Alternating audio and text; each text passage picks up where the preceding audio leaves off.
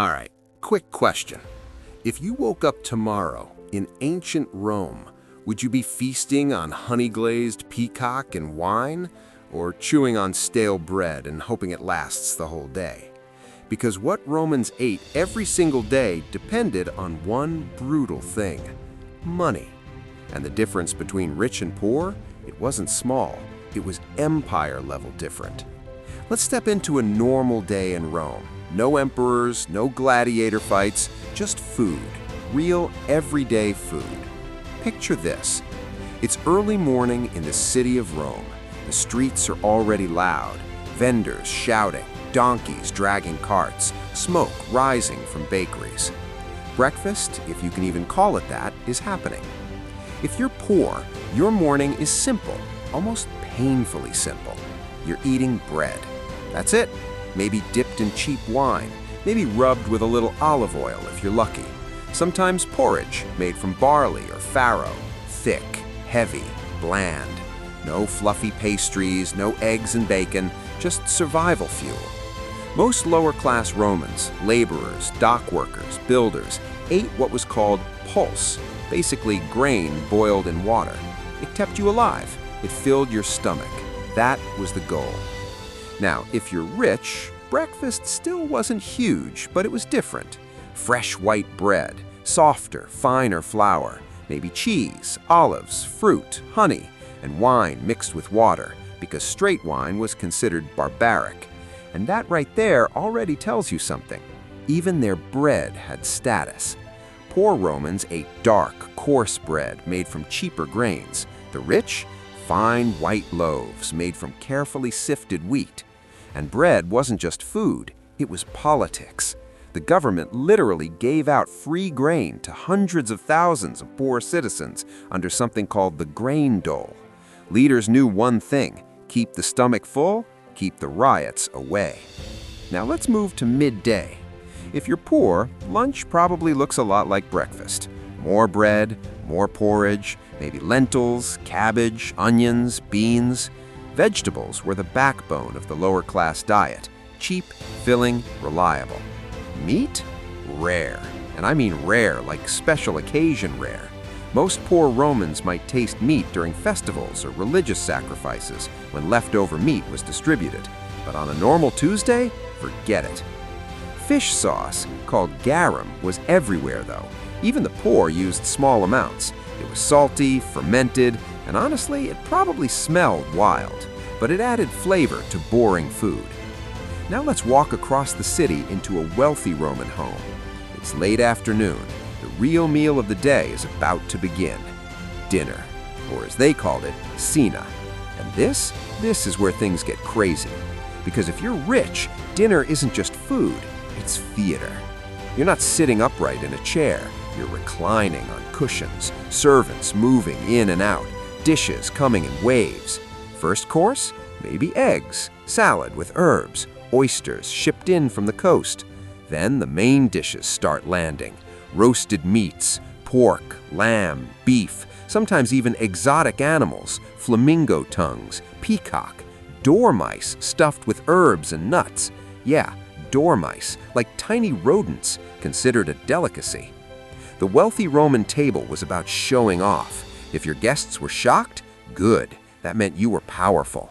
And the flavors? Sweet and savory mixed together constantly. Meat covered in honey, drenched in garum. Spices imported from across the empire. Pepper from India. Cinnamon from far-off lands. Every bite reminded you that Rome ruled the world. Now compare that to the poor. Their dinner? Probably the same stew from earlier, reheated. Bread again. Maybe some olives if they had extra coins. No imported spices, no exotic birds, no three-course performance. Just enough calories to wake up tomorrow and work again. And here's the wild part. Even inside the rich category, there were levels. Senators and elite aristocrats could afford absurd luxury. Meanwhile, a middle-class shopkeeper might have a modest dinner. Some fish, vegetables, decent wine, but nowhere near peacock-level extravagance. Rome was layered, and you could taste your place in the hierarchy. Let's talk about wine for a second. Everyone drank it. even children. But again, the difference was quality. Poor Romans drank cheap, watered-down wine that could be sour and rough, sometimes mixed with herbs to mask the taste. The rich, aged wines, imported vintages, stored in amphora, sealed for years. Some bottles were so prized they were saved like trophies. And water alone, not always safe, so wine wasn't just luxury, it was practical. Now here's something that might surprise you. Romans didn't eat tomatoes or potatoes or corn. None of that existed in their world yet. No pizza, no pasta with tomato sauce, no fries. Italian food as we know it, completely different.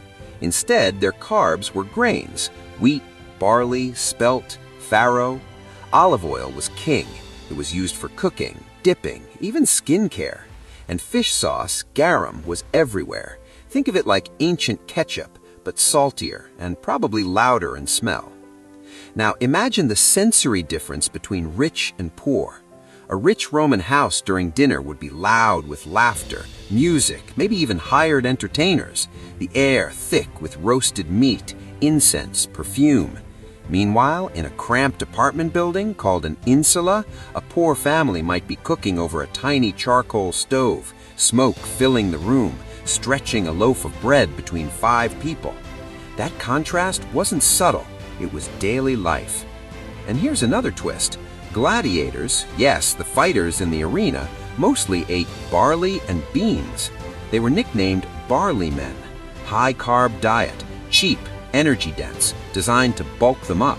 Even Rome's ultimate fighters weren't feasting like senators. Food in Rome wasn't just about hunger, it was identity. If you were rich, your table was a stage for power.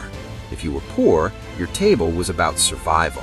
And sometimes it was about hope, because Rome had public bakeries, street food stalls, thermopolia, basically ancient fast food counters where you could buy hot stew or wine. If you couldn't cook at home, you grabbed something on the street. Quick, cheap, filling. Rome was loud, fast, crowded, and food moved with it. But inequality was baked into every bite. The rich could experiment. They had cookbooks, like the one attributed to Apicius, filled with elaborate recipes. The poor, they had repetition. Bread, porridge, beans. Repeat. Now imagine this. 2 Roman boys are born the same day. One into a senator's villa, one into a laborer's family. From childhood, their diets shape their bodies differently. One grows up tasting imported spices and fresh meats. The other grows up on grains and cabbage. Even nutrition followed status. And yet, both called themselves Roman. Both walked the same streets, both lived under the same empire. But their plates told 2 completely different stories. So next time you picture ancient Rome, don't just imagine marble statues and gladiators. Imagine the smell of baking bread at dawn, the clatter of bowls in a crowded apartment, the dramatic entrance of a roasted peacock at a banquet. Imagine how power tasted. Because in Rome, you didn't just see class, you ate it. And honestly, if you had to choose, would you rather recline at a golden banquet table eating honey-glazed peacock, or sit in a busy Roman street dipping rough bread into hot stew surrounded by the noise of the empire? Let me know, because history hits different when you realize it wasn't just built on conquest, it was built on what people had for dinner.